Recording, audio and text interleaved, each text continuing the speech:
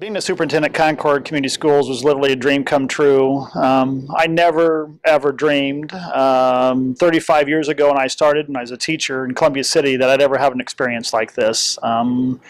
Blessed is the word I continually use when I talk to community members, families, and friends.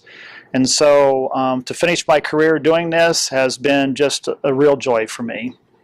Well, you could certainly tell during the interview process when we were talking to Mr. Trout about his goals for the strategic plan to get technology into the classroom, that he clearly was going to take us above, and we were good. He was going to take us to great, and he had a technology plan that was going to get us there, a strategic plan, and you could just tell that he had it laid out and he was ready to go. Mm-hmm.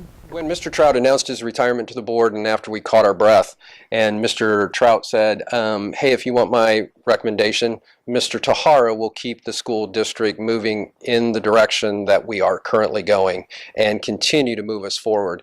And the board agreed wholeheartedly. One of the things I'm most looking forward about being superintendent at Concord Schools is that we are hard at work at becoming a 90-90-90 school. So we might have 90% of our students on free and reduced lunch. We might have 90% of our students of an ethnic diversity, but we do want to be a district where 90% of our kids are mastering state and national standards in reading and writing and are getting into the college of their choice when they get out of Concord. I don't think it's a surprise to anyone that Tim Tahara bleeds green. He's been in the district since '82. He has held every position there is to hold pretty much here at Concord, and if he hasn't been part of a committee, he has led a committee.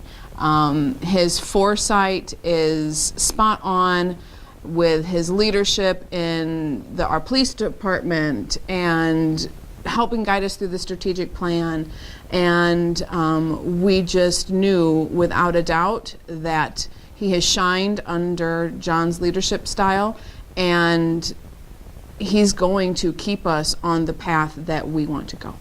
In this role as superintendent, I'm looking forward to continuing to work along the areas of focus that we've developed here these last few years.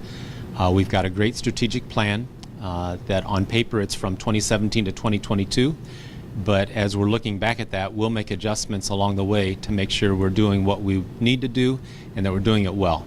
So sometimes you know that entry plans get drug out a little bit. Strategic plans probably do as well. Another area that we are working through, we're partway through, is a good-sized list of construction projects. We have a great CFO in Becky Smith, and working with our financial consultants, we have, I want to say it's 26 projects altogether. Mm-hmm. That will address facility needs that have gone unmet because of property tax cap losses, technology needs as well, but we're going to do a lot of work here at Concord, and we're not going to raise the tax rate at all for our taxpayers. Lastly, I would say we're excited about what we're going to be able to do above and beyond what we currently do for students because of being able to add in digital resources, because of being able to give kids a one-to-one device. Next school year, besides having a college and career readiness area that we occupy here at the high school, we'll have a virtual school that will occupy in the lower level of the intermediate school.